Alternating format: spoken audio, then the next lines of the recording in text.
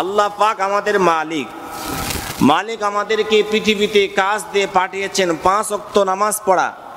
আপনি আমি তো 5 ওয়াক্ত ফজরের নামাজ আদায় করি নাই। আল্লাহ পাক সকালের নাস্তার ব্যবস্থা করেছেন কিনা বলেন তো ভাই? মৃত্যুর পরে আমার বুঝে আসবে ওই কবরের মধ্যে, আপনার পাশের যখন আব্দুল্লাহর কবরে জান্নাত থেকে সার্টিফিকেট হয়ে তার কবরে খাবার আসবে, আপনি তখন দেখবেন আর আফসোস করবেন, মালিক কেন পৃথিবীতে দুপুরের নামাজ পড়ি নাই, আসরের নামাজ কেন পড়ি নাই, মাগরিবের নামাজ কেন পড়ি নাই, মানুষের সাথে কেন হানাহানি করেছি, কেন মিথ্যা বলেছি, জেনা কেন করেছি। সেদিন বুঝে আসবে, আজকে বুঝে আসবে না। বুঝে আসবে যদি আমরা ইসলার নিয়তে আল্লাহর কাছে তাওবা করে মালিককে পেয়ে যাই। আমাদের রবের সাথে পৃথিবীর কোনো মানুষের কোনো শক্তি হতে পারে না। তাহলে আমরা একমাত্র ওই রবের প্রশংসা করব, আর এই সমস্ত সময়গুলো ওই রবকে দিব। কেননা রব হচ্ছে রহমান। কেন রহমান? আর রাসূলুল্লাহ হাদিসে বলছেন, দেখেন কত বড় রহমান, আল্লাহ কত বড় কারিম। রাসূল হাদিসে বলছেন যে ওই মালিক বান্দাদের প্রতি কত বড় ইহসান করে, কত দায়িত্বশীল, কত ভালোবাসেন। তার প্রমাণ কি? তার প্রমাণ হচ্ছে বান্দা যখন গুনাহ করে, বান্দা গুনাহ করবে নিয়ত করেছে। ধরেন উদাহরণ দেই, একজন ব্যক্তি মিথ্যা বলবে, নিয়ত করেছে সকালে আসরের সময় গুনাহ করবে, মিথ্যা বলবে, একজন ব্যক্তির সাথে মিথ্যা বলবে। মিথ্যা বলা কি মহাপাপ না? গুনাহে কবিরা। নিয়ত করেছে কখন? সকালে, আসরের সময় সে মিথ্যা বলবে। তো রব্বে কারিম কত মায়া আর ইহসান, ওই বান্দার আমল নামায় যতক্ষণ পর্যন্ত সে গুনার কাজ করবে না, তার আগে 1 সেকেন্ড আগেও তার গুনাহ লেখা হবে না। পক্ষান্তরে 1 বছর পরে, 1 বছর আগেই নিয়ত করেছেন যে আমি কি করব, অমুক সালে হজে যাব, 25 সালে হজে যাব, 26 সালে হজে যাব। একদিন পরে নিয়ত করেছেন যে সামনে আগামীকালকে আমি একটা নেক কাজ করব। আপনি নিয়ত করেছেন তো রব্বে কারিম সাথে সাথে আপনাকে সেই সওয়াবের বদলা দিয়ে দিয়েছেন। সুবহানাল্লাহ। তাহলে বুঝাতে পেরেছি আল্লাহ কত বড় রহমান। বুঝতে পেরেছেন? আল্লাহ অনেক ইহসান করেন বান্দাদের প্রতি। তারও প্রমাণ কি? আজকে আমরা কিছু বিষয় আলোচনা করব, যে বিষয়গুলো আমরা না বুঝে করছি। আল্লাহ পাক যে রহমান, তারও আর প্রমাণ কি? প্রমাণ দেখেন। আজকে ফজরে নামাজ অনেকেই পড়ে নাই, এখানে আছেন এমন আছি। দেশের মধ্যে, আমাদের গ্রামের মধ্যে ধরেন একজন বড় লোক আছে, তার 10 জন শ্রমিক কাজ করে, সে মালিক। 10 জনের মধ্যে যদি 8 জন ঠিক মতো কাজ করে, 2 জন ঠিক মতো কাজ না করে, তাহলে মালিক ওই ব্যক্তিকে বকা দিবে কিনা? দিবে কিনা? দিবে। 8-10 জনের মধ্যে 7 জন ঠিক সময় কাজে যায়, ঠিক সময় কাজে আসে। 3 জন ব্যক্তি ঠিক মতো সময়ও যায় না, ঠিক মতো কাজ আগেই আবার কাজ থেকে চলে আসে। 3 দিন পরে, 2 দিন পরে ওই 3 জন শ্রমিককে মালিক রাখবে? বলেন রাখবে? আচ্ছা, এবার আসি। আল্লাহ পাক যে রহমান, আল্লাহ পাক আমাদের মালিক। মালিক আমাদেরকে পৃথিবীতে কাজ দিয়ে পাঠিয়েছেন 5 ওয়াক্ত নামাজ পড়া। আপনি আমি তো 5 ওয়াক্ত ফজরের নামাজ আদায় করি নাই। আল্লাহ পাক সকালের নাস্তার ব্যবস্থা করেছেন কিনা বলেন তো ভাই?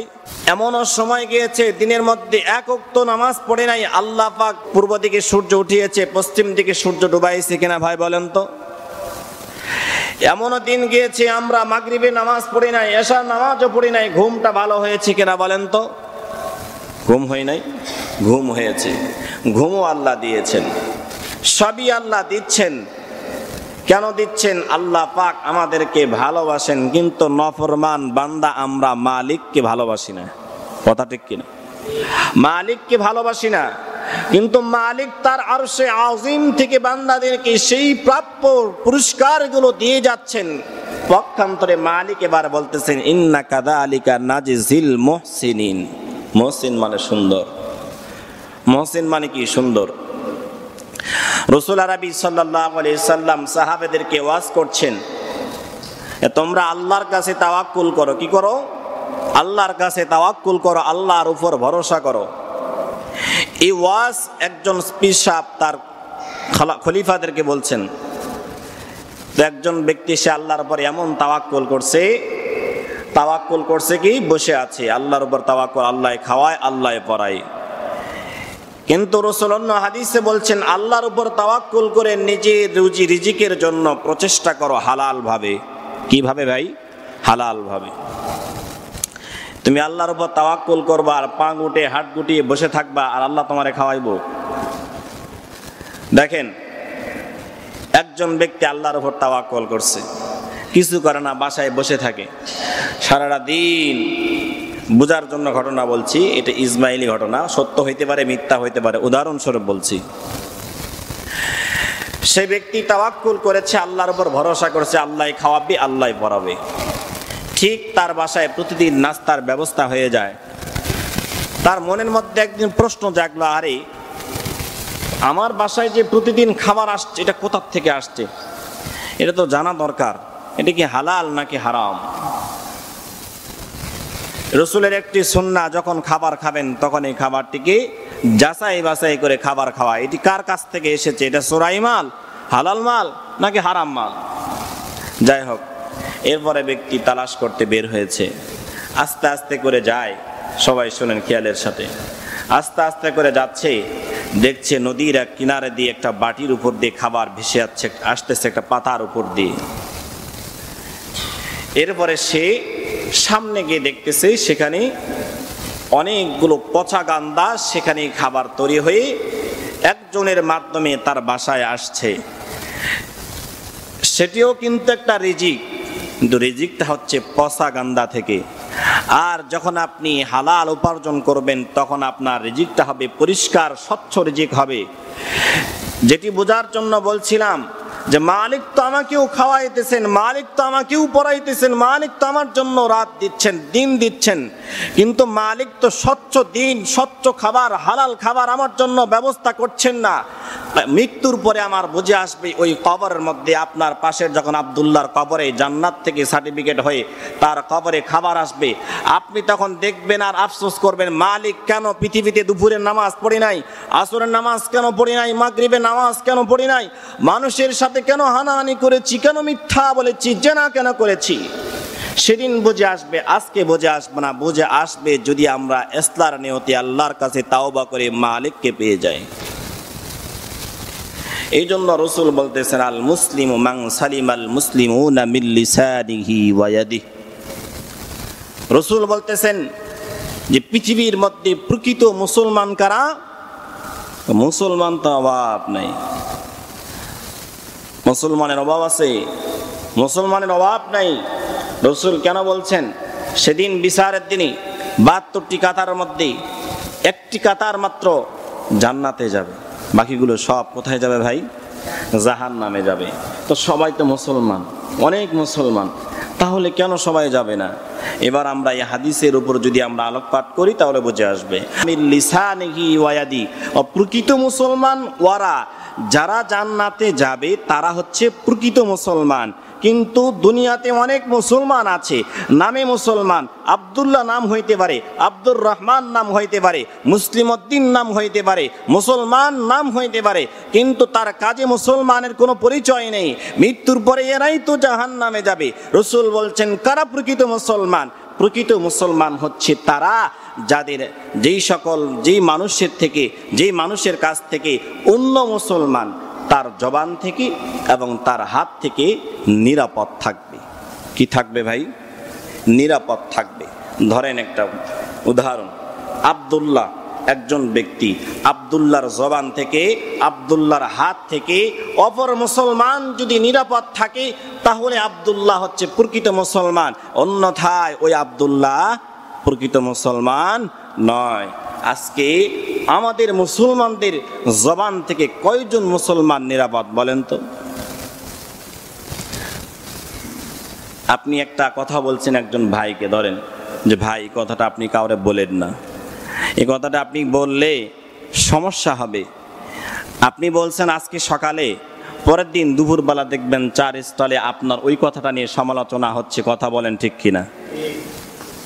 বললেন, দুঃখটা শেয়ার করলেন ভাই হিসাবে, কিন্তু কথাটা সে রাখলো না, তাহলে ওই প্রকৃত মুসলমান নয়। এরপরে আবার আসি যে হাত থেকে নিরাপদ নাই, মানি হাত থেকে নিরাপদ নাই, তার উদাহরণ কি? পয়গম্বর আলাইহিস সালাতু ওয়াস সালাম, এর আগে একদিন বললাম পয়গম্বর যুদ্ধের ময়দানে গেলেন, যুদ্ধের ময়দান থেকে বাসায় চলে আসার পথে পিছন থেকে শত্রু আক্রমণ করলো। দুসুর নামক শত্রু আক্রমণ করার পর পয়গম্বর গাছের নিচে শুয়ে পড়লেন। পয়গম্বর গাছের নিচে শুয়ে পড়ার পর এবার ওই দুসুর দূর থেকে মনে মনে চিন্তা, মনে মনে বড় খুশি। চিন্তা কেন? যে মোহাম্মদকে দুনিয়া থেকে আজকে কিভাবে বিদায় করা যায়। আবার আরেকদিন দুসুর বড় খুশি, আহারে মোহাম্মদের কাছে আজকে কেউ নাই, কেউ নাই। মোহাম্মদকে দুনিয়া থেকে আজকে বিদায় করলে কালিমা নিশ্চিহ্ন হয়ে যাবে। আমার রব উপর থেকে বলতেছে, দুসুর তোর কৌশল বড় কৌশল না। আমার আল্লাহ কোরআনে ডাক দিয়ে বলেন, ওয়া মাকারু ওয়া মাকারাল্লাহ ওয়াল্লাহু খায়রুল মাকিরিন।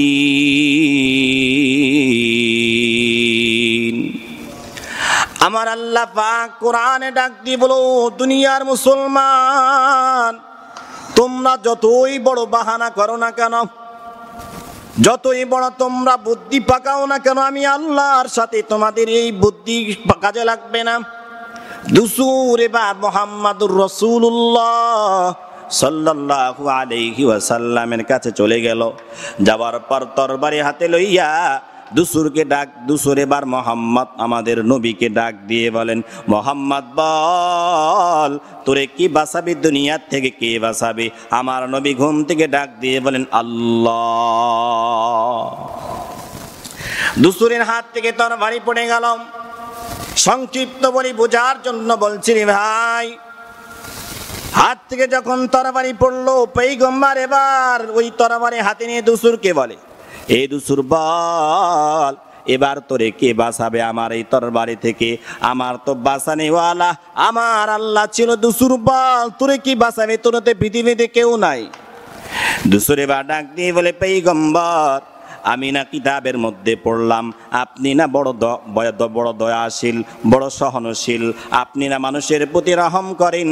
আমার আল্লাহ পাক দুনিয়াতে আপনাকে রহমের জন্য নয় রহমাতুল্লিল আলামিন হিসেবে পাঠিয়েছেন। পয়গম্বর আমারে আপনি ক্ষমা করে দেন।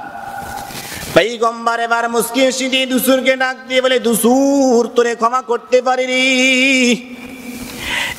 একটা কাজ করতে হবে, তোরে ক্ষমা করতে পারি।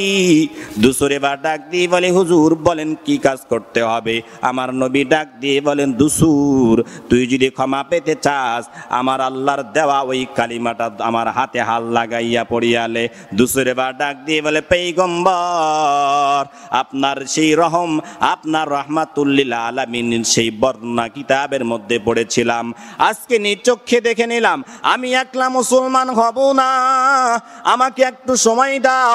আমার গোষ্ঠীর যতগুলো মানুষ আছি, আমি কিছুক্ষণ পর আপনার হাতে হাত রেখে মুসলমান হয়ে যাব। এজন্যই তো বললাম রে ভাই, মুসলমান তো ওই মুসলমানকে বলা হয়, পাহাড় পরিমাণ ক্ষতি হয়ে গেলে মুসলমান আরেক মুসলমানকে মাফ করে দিবি। নিজের জমির মধ্যে একটা বড় ক্ষতি হয়ে গেল, ওই ব্যক্তি চিন্তা করবে, আহারে ওই ভাই তো মুসলমান, আমি যদি তারে ক্ষমা করি, আমার আল্লাহ পাক ওয়াদা করছেন, আমার রাসূল হাদিসে স্পষ্ট বলছেন, যদি কোনো ব্যক্তি অন্যর প্রতি রহম করে, আমার আল্লাহ পাক স্বয়ং ওই বান্দার প্রতি রহম করেন। আমার কথা না, রাসূল বলছেন, লা ইয়ারহামুল্লাহ মান লা ইয়ারহামুন নাস।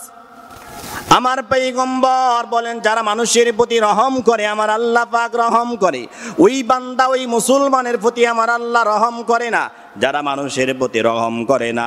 এই জন্য ভাইজান, এই জবান দিয়ে মানুষের সাথে যখন কথা বলবো স্কেল মেপে কথা বলবো। এই জন্য হানজালা বারবার জিহ্বাকে ডাক দিয়ে বলতেন, ও জিহ্বা, তোর কারণে আমি জাহান্নামী, তোর কারণে আমি জাহান্নামী। ওমর রাদিয়াল্লাহু তাআলা আনহু একজন কত বড় সাহাবী, এত বড় সাহাবী হওয়ার পর ওই ওমর রাদিয়াল্লাহু তাআলা আনহু মাঝে মধ্যে জিহ্বাকে ডাক দিয়ে বলতেন, এই জিহ্বা, হয়তোবা তোর কারণে আমি জাহান্নামের মধ্যে চলিয়া যাব, অথচ আমার দুনিয়ার মধ্যে জান্নাতের সার্টিফিকেট পেয়ে গেছি। এই জন্য আমরা মানুষের সাথে যখন কথা বলবো স্কেল মেপে কথা বলবো। আমার সন্তানের সাথে কিভাবে কথা বলবো, স্ত্রীর সাথে কিভাবে কথা বলবো, বাবার সাথে কিভাবে কথা বলবো। দুঃখজনক বিষয় হলো বর্তমান যুবকরা মা আর বাবার সাথে সবচাইতে বেশি উঁচু কণ্ঠে কথা বলে, কথা বলেন না, ঠিক কিনা? বর্তমান সময়ে সবচেয়ে বেশি মা বাবার সাথে উঁচু কণ্ঠে কথা বলে, আর সবচেয়ে নিম্ন সুরে কথা বলে কাদের সাথে জানেন? কার সাথে? স্ত্রীর সাথে, আর আরেকটা হচ্ছে হারাম মহিলার সাথে। যদি একটা অপরিচিত নম্বরে মহিলার কণ্ঠে ফোন আসে তো এবার হয়েছে কাম, যাক এবার একটা লাগছে। সুন্দরভাবে এত নরম ভাষায় কথা বলে, কিন্তু মা যদি ফোন দেয়, বাজারে আছে, বারবার ফোন দিচ্ছে, রাত 10টা বেজে মা ঘুমাচ্ছে না, বারবার ফোন দিচ্ছে, বলবে এত ডিস্টার্ব দাও কেন, আমি তো কাজে আছি। আরে ভাই, তোমার মা তো তোমার জন্য পাগল, ঘুমাইতে পারে না। তুমি বাসায় গিয়ে ভাত খাবা, তোমার মা তোমার চেহারাটা দেখবে তো ঘুমাবে। তুমি সারা রাত বাইরে থাকবা, তোমার মা ঘুমাবে না। আমি গত কালকে রাত্রে এসেছি বিদেশ থেকে, আমার মা সারা রাত ঘুমাই নাই। আমি ঘুমিয়েছি 27 বার ফোন দিয়েছি, রিসিভ করতে পারি নাই। কারণ এই মারা চিন্তা করে আমার সন্তান বাহিরে চলে গেছে, না জানি কখন কি হচ্ছে। এই পৃথিবীর সবচাইতে উত্তম ধন হচ্ছে ছেলে আর মেয়ে মা বাবার কাছে। এজন্য যুবক ভাইয়েরা, তোমাদেরকে বলবো, যাদের মা বাপ বেঁচে আছে সকাল দুপুর তাদের সাথে সালাম দাও, চুমা খাও। মক্কা মদিনাতে হজ করতে যেতে হবে না, সমর্থ নেই, যাওয়ার দরকার নেই। মা বাবা ঘরের মধ্যে আসিস, নেক নিয়তে মা বাবার চেহারার মধ্যে দেখো, হজের সওয়াব পেয়ে যাবেন।